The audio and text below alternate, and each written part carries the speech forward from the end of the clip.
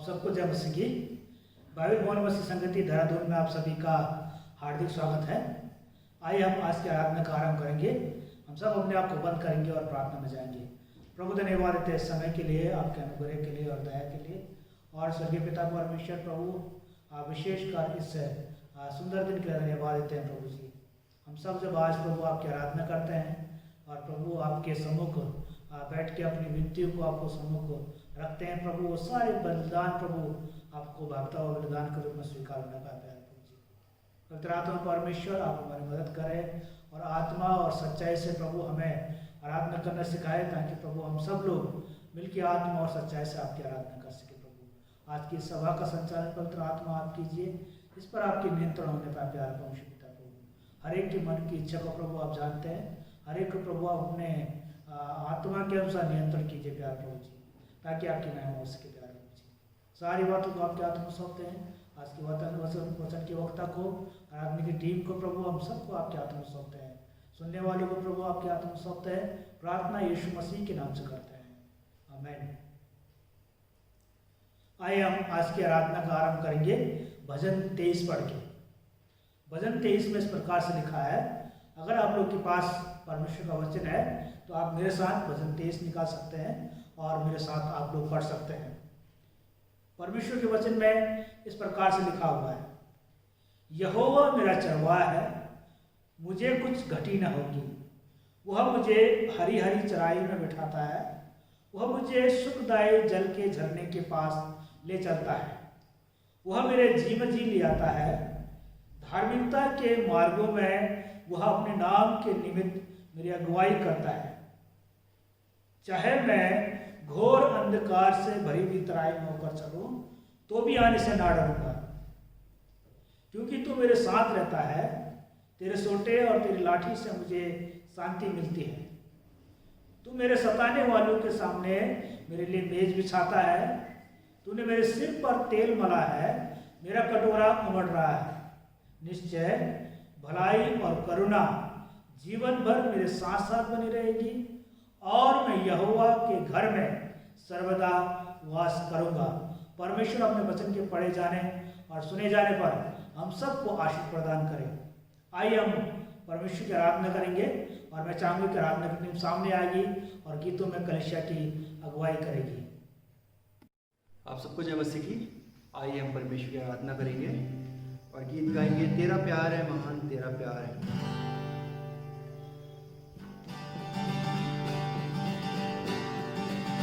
तेरा प्यार है महान, तेरा प्यार है जहां मैं जो पहले मुर्दा था, तूने डाले मुझ में जान। तेरा प्यार है महान, तेरा प्यार है जहां मैं जो पहले मुर्दा था, तूने डाले मुझ में जान। क्यों ना बोलूं फिर मैं तेरी जय जयकार, क्यों ना बोलूं फिर मैं तेरी जय जयकार। जय जयकार, जय जयकार, तूने मेरे लिए क्या कुछ ना किया। जय जयकार, जय जयकार, तूने मेरे लिए क्या कुछ ना किया। मेरी सूरत बिगड़ी थी, मेरा दिल था खाली, तूने सींचा था तुमसे ताकि आए हरियाली। मेरी सूरत बिगड़ी थी, मेरा दिल था खाली, तूने सींचा था तुमसे ताकि आए हरियाली।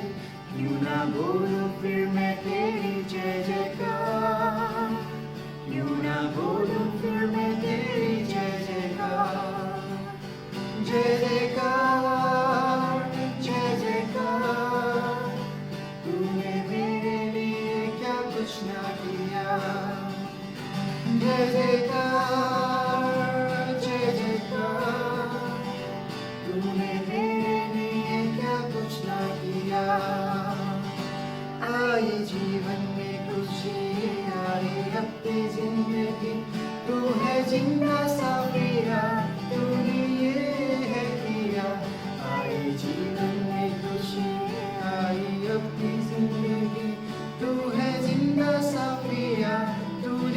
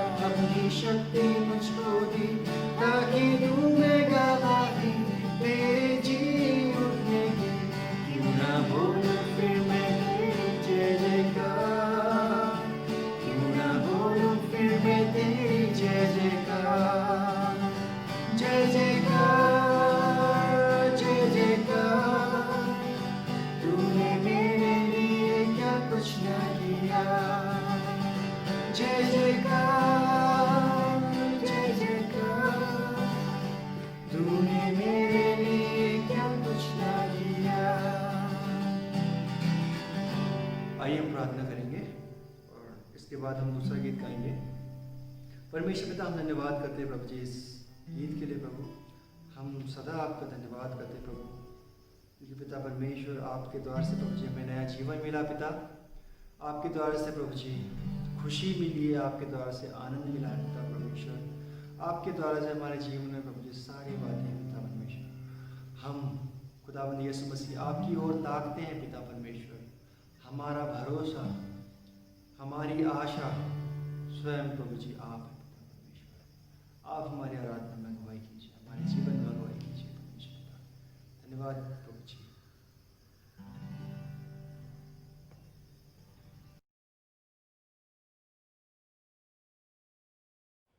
आइए हम परमेश्वर को महिमा के देकर और गीत गाएंगे, living hope.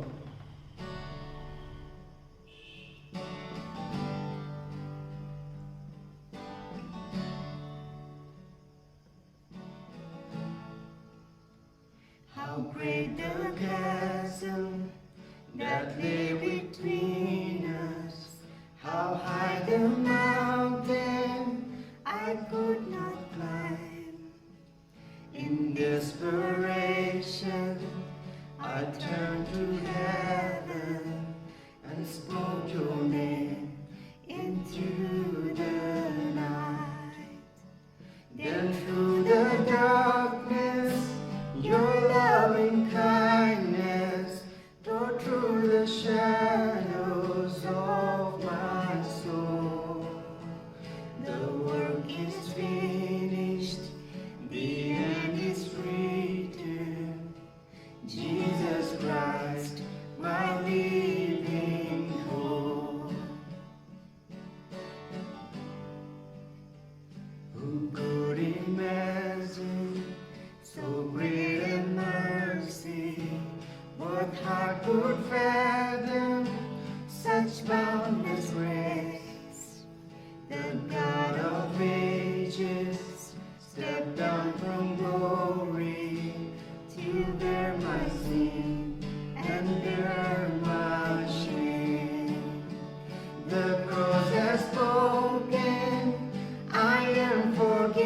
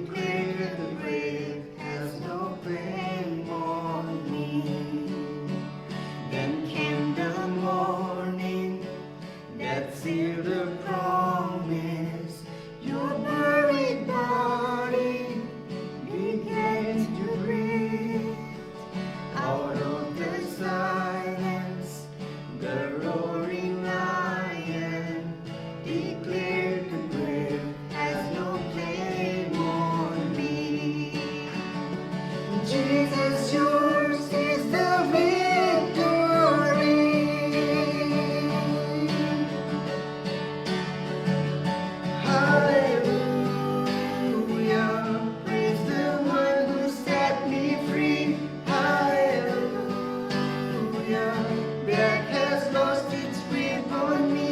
You have broken every chain. There's salvation in your name, Jesus Christ, my living hope.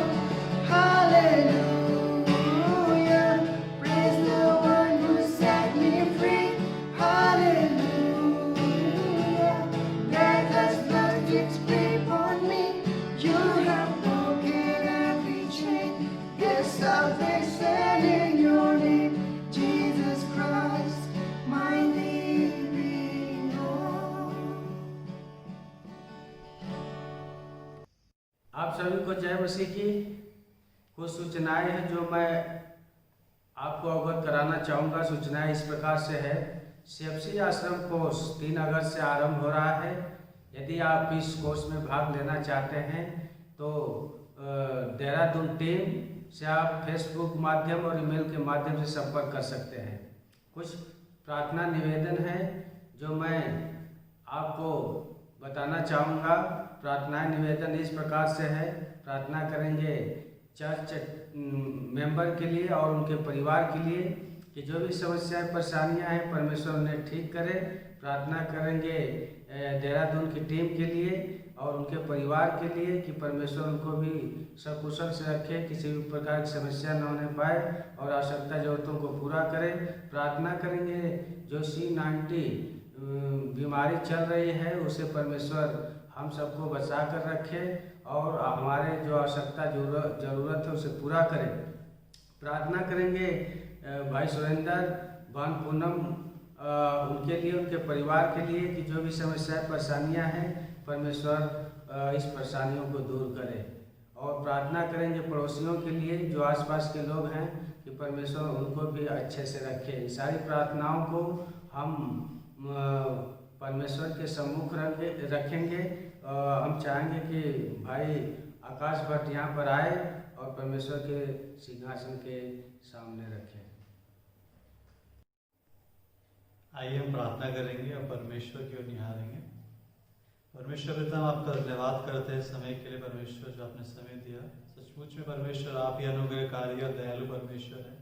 परमेश्वर इस समय विशेषकर प्रार्थना करते जो परमेश्वर इस पूरे देश में परमेश्वर कोविड-19 की बीमारी चल रही है परमेश्वर पिता, और सब लोग परेशान है परमेश्वर पिता। होने दे जिस प्रकार से परमेश्वर पिता अभी तक आपने देहरादून की टीम को परमेश्वर, देहरादून की कलीसिया को परमेश्वर पिता और हमारे जान पहचान के लोगों को परमेश्वर पिता आपने संभाल के रखा है परमेश्वर पिता। आगे भी इसी प्रकार से परमेश्वर पिता आप हमें संभाल के रखे परमेश्वर पिता। और होने दे परमेश्वर आप डॉक्टर्स की परमेश्वर सहायता मदद करेगी परमेश्वर पिता, और जल्द से जल्द इस बीमारी की परमेश्वर वैक्सीन ढूंढने वाले बन सके परमेश्वर। और जल्द से जल्द परमेश्वर पिता ये बीमारी परमेश्वर पिता पूरे विश्व से परमेश्वर पिता खत्म होने वाली बन सके, ताकि फिर से परमेश्वर पिता हम जान सकें कि इस पूरे पृथ्वी पर आप ही एकमात्र प्रभु है जो परमेश्वर आज भी आश्चर्य कर्म और अद्भुत कर्म करता है परमेश्वर पिता। विशेषकर प्रार्थना करते हैं हमारे कलीसिया के भाई सुरेंद्र के लिए परमेश्वर पिता, कलीसिया की बहन पूनम मसीह के लिए परमेश्वर पिता। आप जानते हैं परमेश्वर पिता उनके परिवार में परमेश्वर, उनके जीवन में क्या समस्या है परमेश्वर पिता। आप उन समस्याओं को परमेश्वर, उन परेशानियों को परमेश्वर पिता दूर करें परमेश्वर पिता। आप उनके साथ रहें परमेश्वर, उनसे बातचीत करें कि परमेश्वर पिता आपके साथ और मजबूती से परमेश्वर पिता चल सके परमेश्वर, आप पर और विश्वास कर सके परमेश्वर। और जो परेशान है परमेश्वर पिता उनके परिवार में परमेश्वर पिता वो आपके नाम से परमेश्वर पिता दूर होने वाली बन सके परमेश्वर। विशेषकर प्रार्थना करते हैं जब अगस्त के महीने से परमेश्वर पिता ऑनलाइन कोर्स परमेश्वर पिता आश्रम Bible course, CFC Bible course परमेश्वर पिता चलाया जाता है, तो आप उसमें हमारी सहायता मदद करेगी परमेश्वर। आपका वचन अनेक लोगों तक परमेश्वर पहुंचने वाला बन सके परमेश्वर पिता। प्रार्थना करते हैं परमेश्वर कि आप इसी प्रकार से हमारे साथ रहें परमेश्वर, हमारी अगुवाई करें परमेश्वर पिता, और आप हमें आशीषित करें परमेश्वर। इस प्रार्थना को हम आपके नाम से मांगते हैं, आमीन। ये समय दान का, और मैं चाहूँगा कि जितने भी लोग हमें ऑनलाइन फेसबुक और यूट्यूब पर देख रहे हैं, हम चाहते हैं कि वे लोग अपने अपने दान को इकट्ठा करें और चर्च के अकाउंट में डाल दें, क्योंकि चर्च के अकाउंट आपको हम चर्च के स्क्रीन में दे देंगे और आप उसमें उस दान को इकट्ठा करें ताकि उस दान के द्वारा परमेश्वर की सेवा हो सके। और जितने भी लोग आसपास रहते हैं वही लोग चर्च के लिए दान दे सकते हैं। और विशेषकर हम चाहते हैं कि दान इकट्ठा करने में सिस्टर गुड्डी मदद करेंगे और आराधना की टीम गीत गाने में कलिसिया की अगुवाई करेंगे। और उसके बाद इन सारे दान की भेंट को प्रार्थना सहित भाई नवीन नोटियाल परमेश्वर के सिंहासन तक लेके जाएंगे।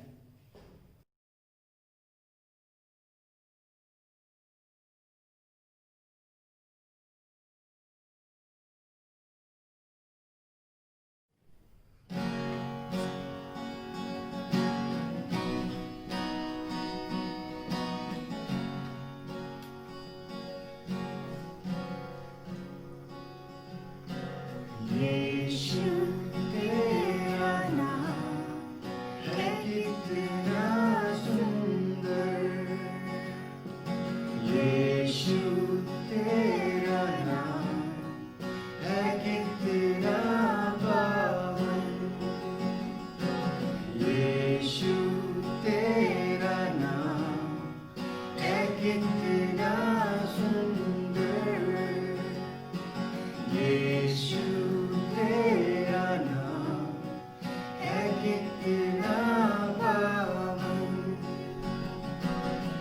तुझमें मिली है हमको क्षमा, तुझमें मिला है नया जीवन,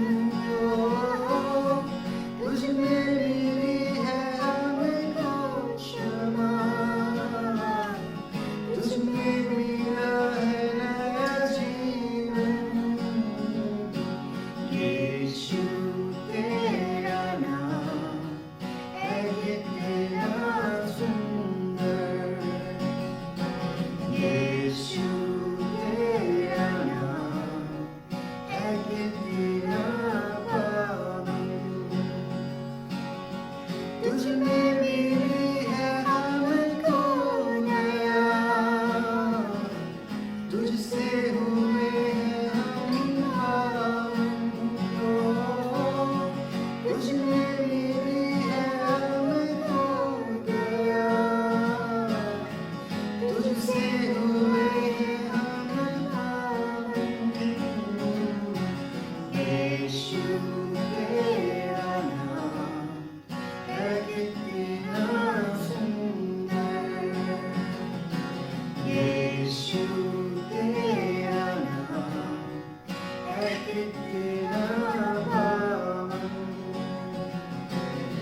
तुझमें मिली है हमको कृपा, तुझमें मिला है अनंत जीवन, तुझमें मिली है हमको कृपा, तुझमें मिला है अनंत जीवन, यीशु तेरा नाम है कितना सुंदर, यीशु तेरा नाम है कितना पावन।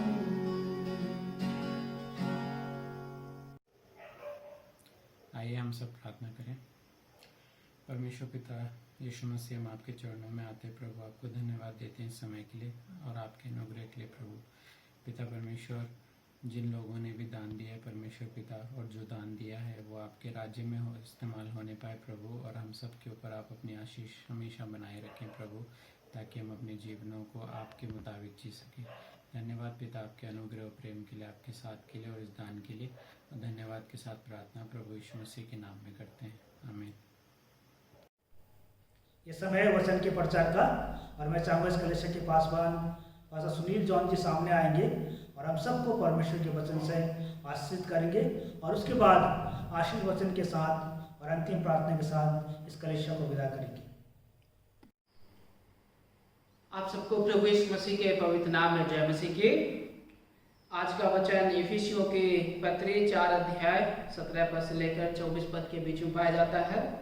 और आप सबसे निवेदन है कि जहाँ कहीं भी आप हमें देख रहे हैं, इस समय प्रभु के वचन को अपने साथ में ले लें और अपने अपने स्थान पर खड़े हो जाएं। प्रभु को आदर देने के लिए, उसके वचन को आदर देने के लिए। आइए हम लोग वचन को देखें।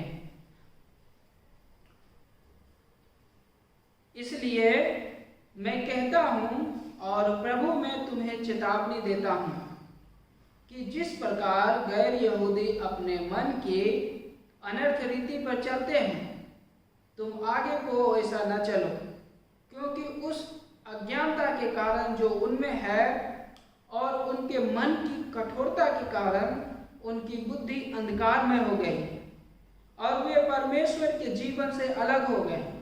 वे सुन्न होकर यहाँ तक कि लुचपन में लग गए कि सब प्रकार के गंदे काम करने के लिए ललायत रहते हैं।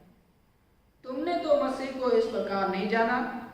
यदि वास्तव में तुमने उसके विषय में सुना और जैसा यीशु में सत्य है उसमें सिखाए भी गए कि तुम पिछले चाल चलन के पुराने मनुष्यत्व को उतार डालो, जो भरमाने वाले अभिलाषाओं के अनुसार भ्रष्ट होता जाता है, और अपने मन के आत्मिक स्वभाव में नए बनते जाओ और नए मनुष्यत्व को पहन लो, जो परमेश्वर के अनुरूप सत्य की धार्मिकता और पवित्रता में सृजा गया है।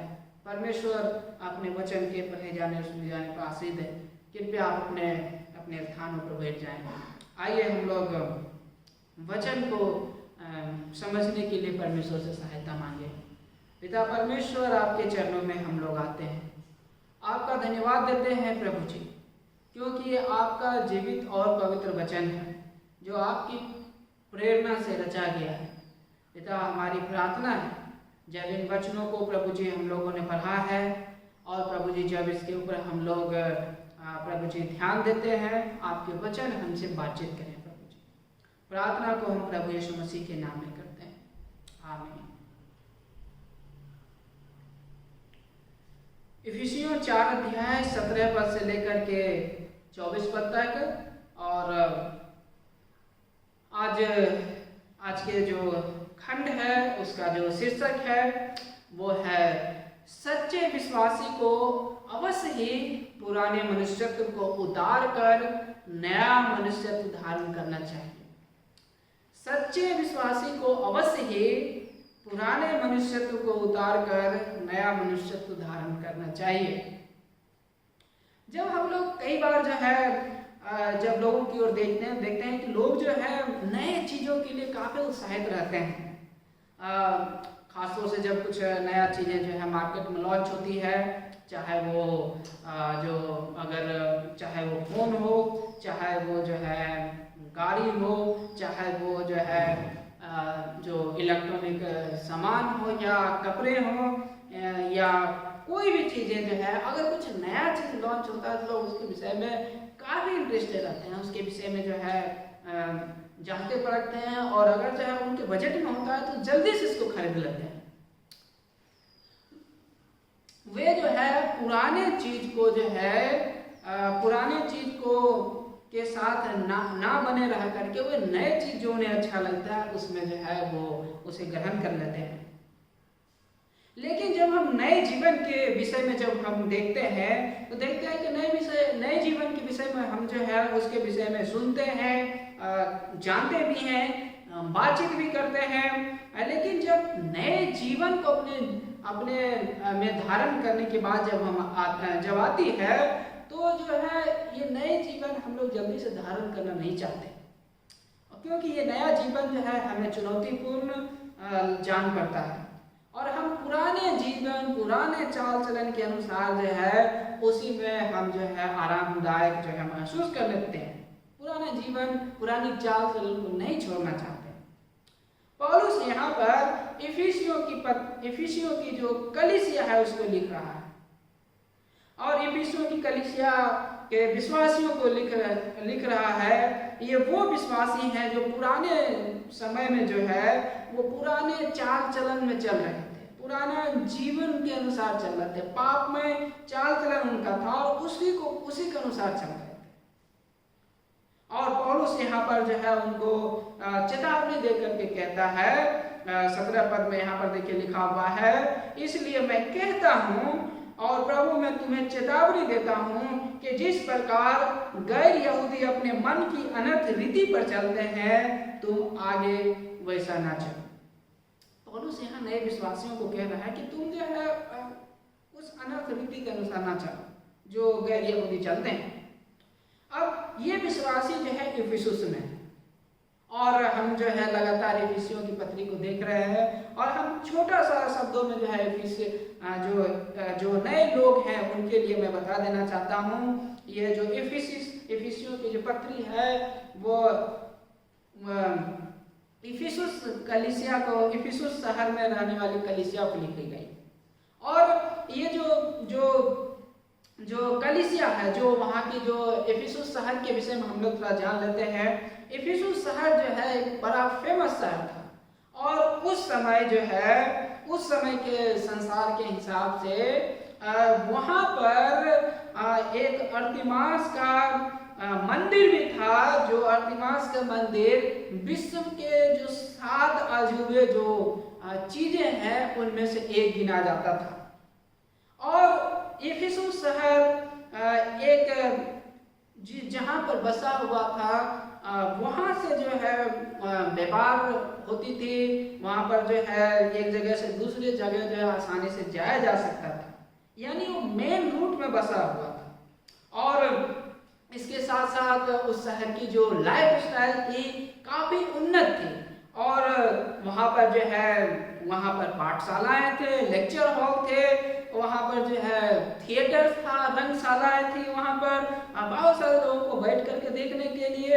वहाँ पर जो है आराधनालय भी था, और इस तरीके से जो है जो इफिसुस शहर जो है वो बिल्कुल जो है समृद्ध शहर था। और विश्वासी जो थे वो इसी शहर में से जो विश्वासी थे, इसी शहर के विश्वासी थे, जो पहले पुराने चाल चलन के अनुसार चलते थे, और उसी में से जो है वे बदले थे। उन्होंने सुसमाचार सुनकर के यीशु मसीह पर विश्वास किया था। वे विश्वास में बढ़ रहे थे और प्रेम में भी बढ़ रहे थे, इफिसियों 1 अध्याय के 15 पद के अनुसार। और लेकिन चूंकि उस शहर में रह रहे हैं, तो जो शहर की जो हाव भाव थी, जो शहर की जो चाल चलन थी, जो ये सारी बातें जो है उनको, जो शहर के जो गंदे काम थे, ये सब उनको लुभाता था। और आज के समय में अगर हम देखें, जिस संसार में हम रह रहे हैं, और खास तौर से विश्वासी जिस संसार में रह रहे हैं, उस संसार में अगर हम देखते हैं तो हमारे चारों ओर की ऐसी परिस्थिति है, ठीक उसी प्रकार की परिस्थिति है जिस प्रकार की जो है इफिसुस की परिस्थिति थी। और हम अपने चारों ओर जो ऐसी प्रकार की परिस्थिति को देखते हैं कि व्यापार जो है पाप में व्यापार है। लोग जो विश्वास करते हैं ऐसे विश्वास करते हैं, कुछ जो है पाप में विश्वास है, कुछ जो है कुछ जो संस्कृति है, कुछ ऐसे भी संस्कृति है जो पाप में कार्यों में लिप्त संस्कृति है।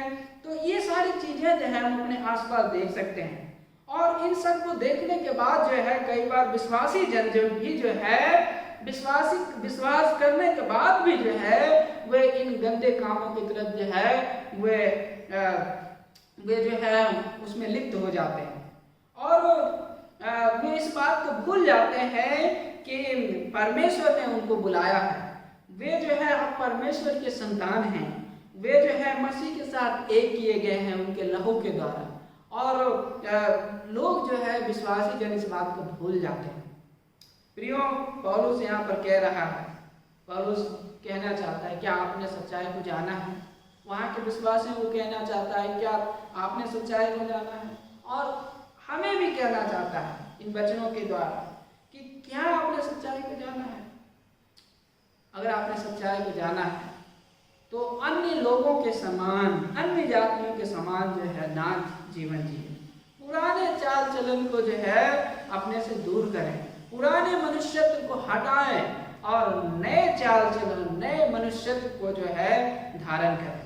और इसीलिए जो एक सच्चे विश्वासी को अवश्य चाहिए कि वो पुराने मनुष्यत्व को उतार कर नए मनुष्यत्व को धारण करें। जब हम 4 अध्याय को देखते हैं तो हम देखते हैं कि पौलुस जो है इस 4 अध्याय में एक नया जो विश्वासी है, नया मनुष्य तो किस तरीके से दिखना चाहिए, उसका चाल चलन किस तरीके दिखना चाहिए, उसके विषय में बातचीत करता है। और जब 4 के 1 पद में देखते हैं तो यहाँ कहता है, इसलिए जो मैं प्रभु का बंधुआ हूँ तुमसे निवेदन करता हूँ कि जिस बुलाहट से तुम बुलाए गए हो उसके योग्य चाल चलने के लिए जो है कहना। और उसके बाद आगे हम देखते हैं पौलुस जो है वो एकता की बात करता है कि आपस में जो है कलीसिया की एकता के लिए कार्यशील हो, आपस में जो है आत्मिक रूप से परिपक्व हो जाओ, और इसके लिए परमेश्वर ने दान प्रदान दिए। इन सारे बातों की जो है 4 अध्याय 1 से लेकर के 16 पद में चर्चा करता है। और उसके बाद जब आगे आज का जो हम खंड देख रहे हैं तो यहाँ पर देखते हैं 4 अध्याय के 17 पद से लेकर के 5 अध्याय के 20 पद तक देखते हैं कि इसमें जो है पौलुस पवित्रता की बात करता है कि एक सच्चे विश्वासी को किस तरीके से जो है पवित्रता में जीवन जीना चाहिए और पुराने मनुष्यत्व को उतार करके जो है नए मनुष्यत्व को धारण कर लेना चाहिए। अब सवाल ये उठता है प्रियो कि हमें क्यों पुराने मनुष्यत्व को उतार करके नए मनुष्यत्व को धारण करना चाहिए। हम लोग जो है इस समय 3 बातों को देखेंगे। जो पहली बात है वो है कि पुराना चाल चलन परमेश्वर से दूर कर देता है। पुराना चाल चलन परमेश्वर से दूर करता है। परमेश्वर से दूर का अर्थ है कि परमेश्वर से दूर अगर है तो हम किसके नजदीक हैं? परमेश्वर से दूर हैं, इसका अर्थ हम शैतान के नजदीक। परमेश्वर से दूर हैं तो मतलब शैतान से हम जो है उसके साथ एक हुए हैं। और इफिसियों की जो विश्वासी का जो जीवन था, पहले का जीवन ठीक इसी प्रकार से जान पड़ता है। जब हम इफिसियों 2 अध्याय 1 से लेकर 3 पद तक अगर हम देखें तो यहाँ पर देखते हैं कि उनका जो जीवन था, पहले का जीवन जो मसीह से अलग जीवन था, देखते हैं कैसा दिखाई देता है। लिखा हुआ है, तुम तो उन अपराधों और पापों के कारण मरे हुए थे जिनमें तुम पहले इस संसार की रीति और आकाश में शासन करने वाले अधिकारी अर्थात उस आत्मा के अनुसार चलते थे जो अब भी आज्ञा न मानने वालों में क्रियाशील है। और उन्हीं में हम सब भी पहले अपने शरीर की लालसाओं में दिन बिताते थे, शारीरिक तथा मानसिक इच्छाओं को पूरा करते थे और अन्य लोगों के समान स्वभाव से क्रोध की संतान थे। देख रहे हैं ये सारे गुण जो था पुराने जीवन में दिखाई देता था। वे पाप में मरे हुए थे, शैतान के अधीन थे, वे जो है तमाम प्रकार के गंदे कार्य में लिप्त थे, वे अपने लालसाओं में जो है लालसाओं को पूरा करने के लिए लगे रहते थे और इस तरीके से वे क्रोध की संतान थे। इफिसियों 2 अध्याय के 12 पद के अनुसार अगर हम देखें तो उनका पुराना जीवन देख सकते हैं कि लिखा हुआ है, स्मरण करो कि तुम लोग उस समय मसीह से अलग और इस्राएल की प्रजा कहलाए जाने से वंचित थे, प्रतिज्ञा की गई वाचाओं के भागीदार न थे और आशाहीन तथा संसार में परमेश्वर रहित थे। ऐसा जीवन जो है दिखाई दे रहा है। और यहाँ पर जब हम देखते हैं कि जो इफिसुस के लोगों का जो है पुराना जीवन में और क्या क्या बातें होती थी, यहाँ पर 18 और 19 पद में आज का जो खंड है उसमें देख सकते हैं। लिखा हुआ है, क्योंकि उस अज्ञानता के कारण जो उनमें है और मन की कठोरता के कारण उनकी बुद्धि अंधकारमय हो गई है और वे परमेश्वर के जीवन से अलग हो गए हैं। वे शून्य होकर यहाँ तक कि लुचपन में लग गए हैं कि सब प्रकार के गंदे काम करने के लिए ललायत रहते।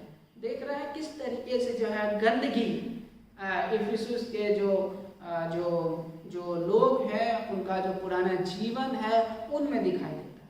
जो गैर यहूदियों वाली जो चाल चलन थी, जो अन्य जातियों वाली जो चाल चलन थी, उसमें ये सारी गंदगी दिखाई देती है ना। उनमें अज्ञानता दिखाई देती है, उनके मन कठोर दिखाई देते हैं, शून्य होकर लुचपन में लगे हुए हैं और तमाम प्रकार के गंदे काम में जो है लिप्त हैं। और पौलुस यहाँ पर कहता है कि उनके जैसा ना चलो, परंतु चूंकि तुम जो है विश्वासी हो और मसीह के साथ जो है एक हुए हो, इसीलिए इस प्रकार के गंदे काम में, इस प्रकार का जो पूरा जो है जीवन में ना ढोते रहो, परंतु इससे चूंकि छूट गए हो, मसीह ने तुम्हें छुड़ा लिया इस प्रकार के जो है जीवन से, अब तुम बचा लिए गए हो, अब जो है अब तुम मसीह के साथ जो है तुम जिंदा हो और तुम इसीलिए जो है इस प्रकार का जो लोग हैं जो गंदे कामों में लिप्त रहते हैं, उनका जो है उनका अनुसरण न करो। तुम जो है क्योंकि परमेश्वर के द्वारा बुलाए गए हो, इसीलिए तुम जो है पवित्रता का जीवन जियो, क्योंकि परमेश्वर जो है वो पवित्र है। प्रियो, क्या आप अपने आप को विश्वासी कहते हैं? जब आप अपने चारों ओर इस प्रकार के गंदे काम को करते हुए लोगों को देखते हैं, तो कई बार आपका मन भी जो है उन्हीं बुराइयों की तरफ जो है लग जाता है। और चाहे वो बिजनेस में बुराइयां हो, चाहे पढ़ाई लिखाई में बुराइयां हो, चाहे जो है विवाह से पहले का संबंध हो, चाहे वो जो है विवाह के बाद का संबंध हो, चाहे वो जो है लालसा वाला बात हो, चाहे जो है गंदे काम वाला बात हो, प्रियो इस प्रकार के उसमें आप ना फिसल जाए। अगर आप इस प्रकार से अगर आप चल रहे, तो मैं आपसे आपको उत्साहित करना चाहता हूं कि इस प्रकार का जो काम है आप जल्दी ही आप छोड़ दें, क्योंकि आप परमेश्वर के द्वारा चुने गए, आप जो है संसार से अलग किए गए, आप परमेश्वर के हैं, आप इस संसार के नहीं हैं, आप परमेश्वर के आशीष का भागीदार हैं, ना कि परमेश्वर के क्रोध का। पहली बात तो हम लोग देख रहे थे, पुराने चाल चलन परमेश्वर से दूर कर देता है। दूसरी बात इस समय हम देखेंगे वो है कि हमने मसीह को पूर्णतः जाना है, हमने मसीह को पूर्णतः जाना है, ये दूसरी बात हम लोग देखेंगे। पौलुस इफिसुस के लोग विश्वासियों को कह रहा है कि तुमने मसीह को जाना है और तुम्हारा जो है अब स्वामी मसीह है और शैतान नहीं है। पौलुस लगभग 3 साल तक जो है उनके बीच में सेवा की और उनके सेवकाई के द्वारा जो है, चाहे यहूदी हो गैर यहूदी हो, जितने भी पूरे एशिया में जो है लोग प्रभु के वचन को सुन लिए। ये प्रेरितों काम 19 अध्याय के 20 पद के अनुसार हम देख सकते हैं और देखते हैं कि वे लोगों ने मसीह के बारे में सुना, उन्हें मसीह के बारे में सिखाया गया। 21 पद में देखिए लिखा हुआ है, 4 अध्याय के 21 पद में, यदि वास्तव में तुम उसके विषय में सुना और जैसा यीशु में सत्य है उसमें सिखाए भी गए। उन्होंने सुना और सिखाए गए। 20 पद लिखा हुआ है, तुमने तो मसीह को इस प्रकार नहीं जाना। प्रियो, उन्होंने सुना, उन्हें सिखाए गए, उन्होंने मसीह के बारे में सुना। देखिए, जब पौलुस वहां गया था और सुसमाचार को प्रचार किया पवित्र आत्मा की प्रेरणा में, जब वो सुसमाचार प्रचार किया तो परमेश्वर जो है उसके जीवन में काम किया और वो जो है उन्होंने उनका मन जो है उस सुसमाचार के प्रति खुला और वे सुसमाचार में विश्वास किए, वो यीशु में विश्वास किए। जब प्रियो प्रभु का वचन प्रचार किया जाता है और जब विश्वास योग्यता से प्रचार किया जाता है तो लोग जो है परमेश्वर की आवाज को सुनते हैं और जब परमेश्वर की आवाज को सुनते हैं तो वे अपना प्रत्युत्तर जो है मसीह में विश्वास करने के द्वारा प्रकट करते हैं और इफिसुस के लोगों ने जो है इसी प्रकार से किया। दूसरी बात इसमें देखते हैं कि जो है उन्हें मसीह के सच्चाई को सिखाया गया, उन्हें मसीह की सच्चाई को सिखाया। पौलुस इस बात से कभी भी नहीं हिचका मसीह की सच्चाई को सिखाने में। वे जो है घर घर जा करके उन्हें सार्वजनिक स्थान में घर घर जा करके उनके बीच में आंसू बहा बहा करके जो है उन्होंने सच्चाई को सिखाना नहीं छोड़ा, उन्हें सिखाया।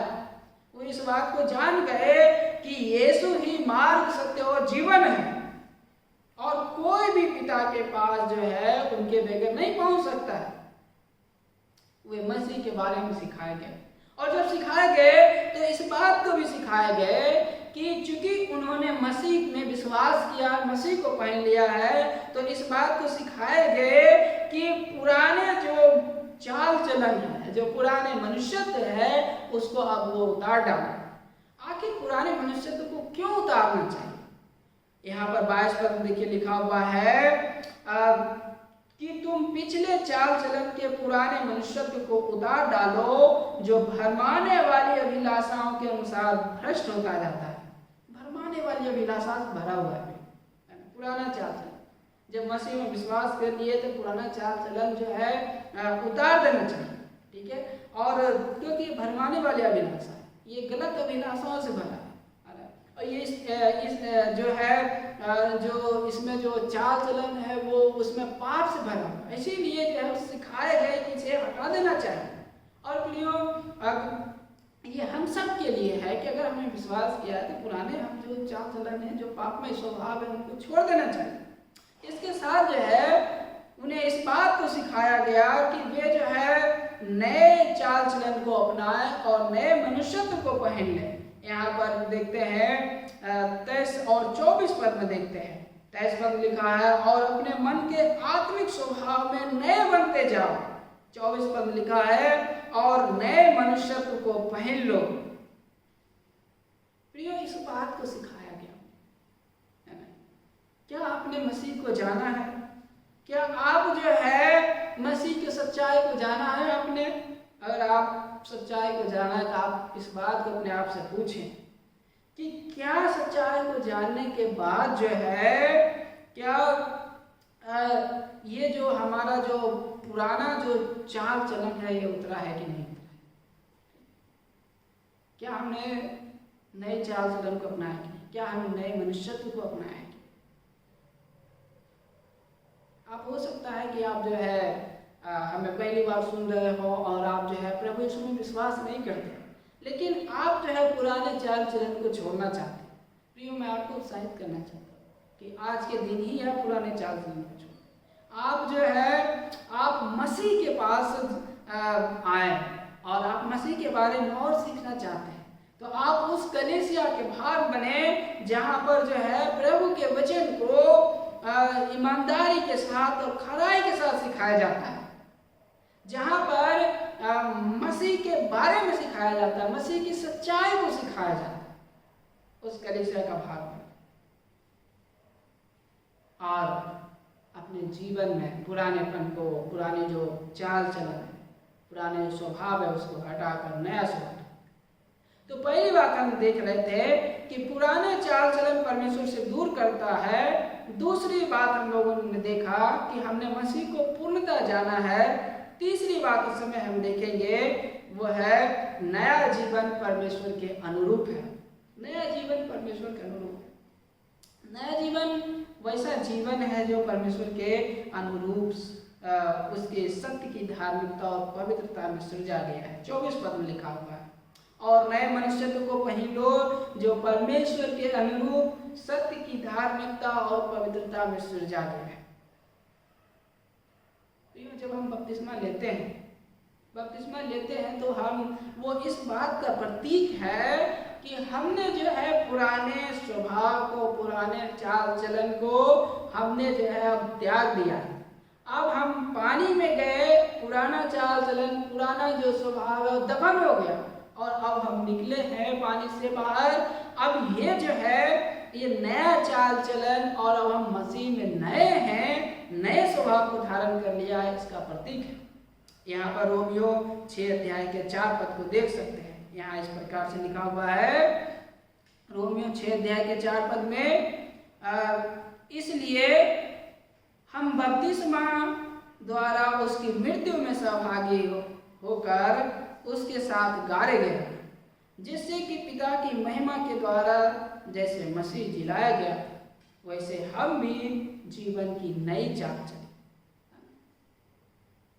बपतिस्मा के द्वारा अब पुराना जो हमारा स्वभाव था अब वो दफन हो गया।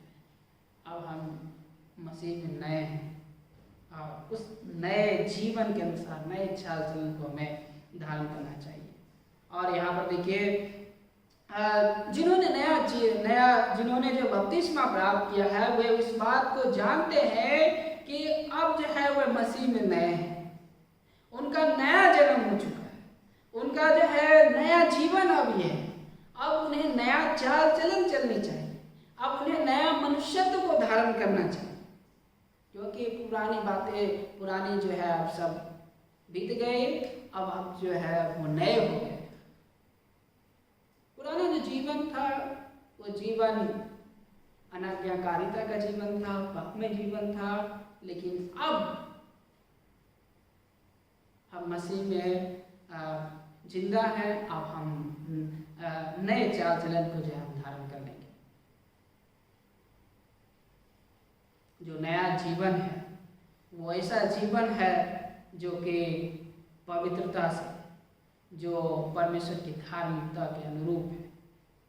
जब हम परमेश्वर की पवित्रता और धार्मिकता की बात हम कहते हैं, क्यों पुराने चाल चलन को छोड़ना है? क्योंकि पुराने चाल चलन धार्मिकता और पवित्रता नहीं है। नए चाल चलन परमेश्वर के अनुरूप, उसकी धार्मिकता और पवित्रता। धार्मिकता और पवित्रता क्यों जरूरी है?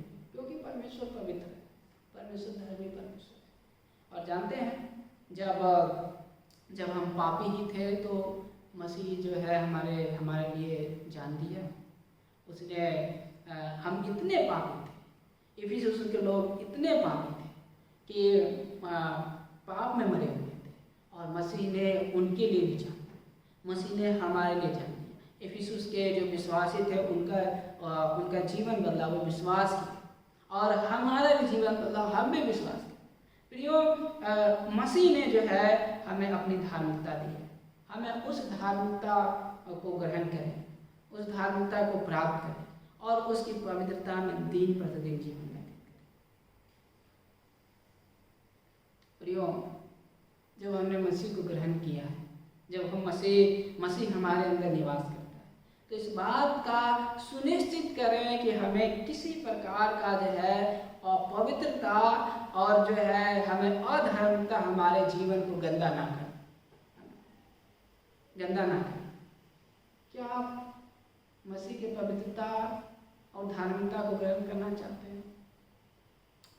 आप मसीह के पास, जब आप मसीह के पास आएंगे तो मसीह जो है आपको इस बात में आपकी सहायता करेगा, आपको पुरानापन छोड़ने में और नई धार्मिकता और नई पवित्रता को जीवन में उतारने में।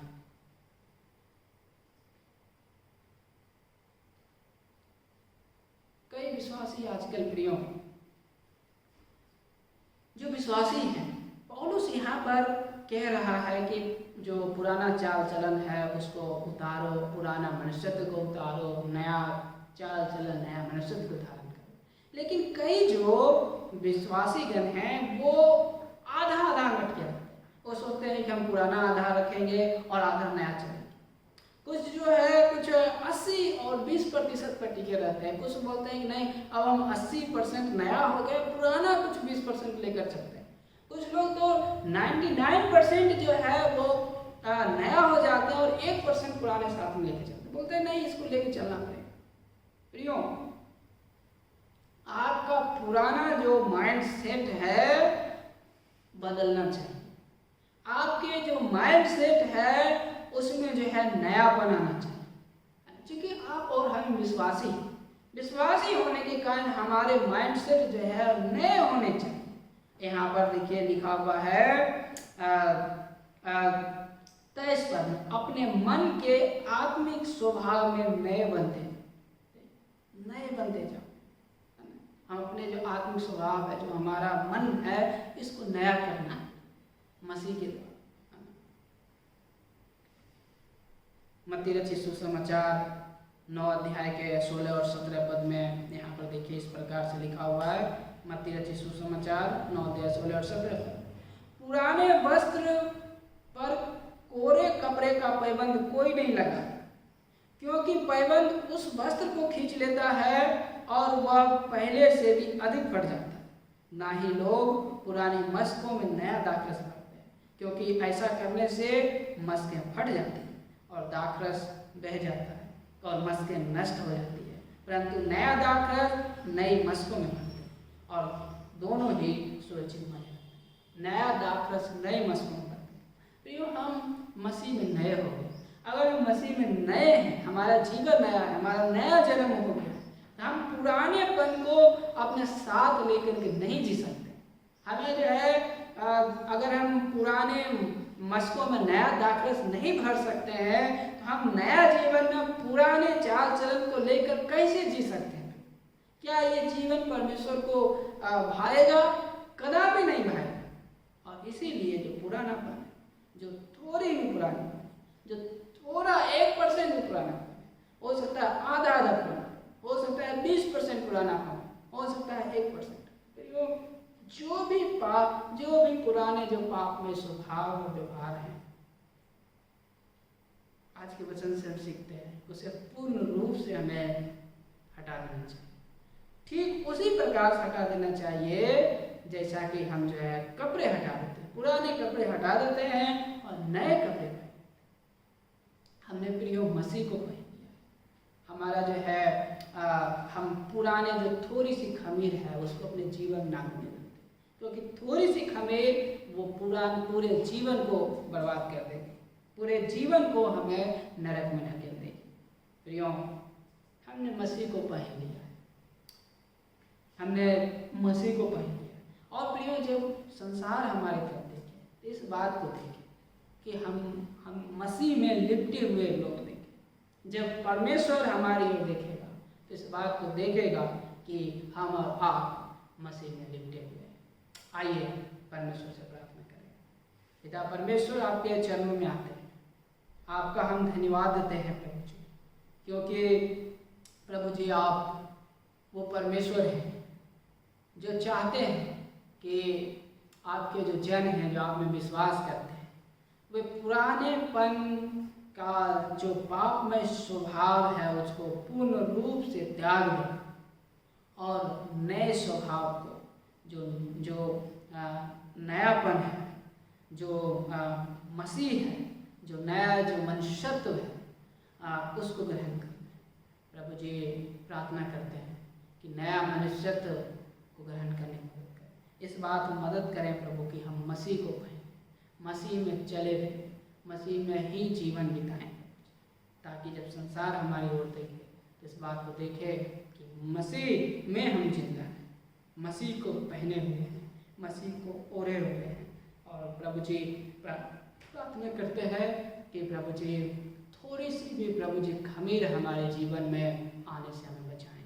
प्रभु जी, प्रार्थना करते हैं थोड़ी सी भी पाप हमारे जीवन में आने से बचाएं। प्रभु इस बात की सहायता करें कि हम छोटी से छोटी पाप को भी समझ सकें और उसे आपकी सहायता से दूर कर सकें। धन्यवाद देते हैं आप हमें से प्रत्येक की सहायता करें जो प्रभु जी इस समय अपने अपने पुराने स्वभाव को, पुराने चाल चलन को उतारना चाहते हैं।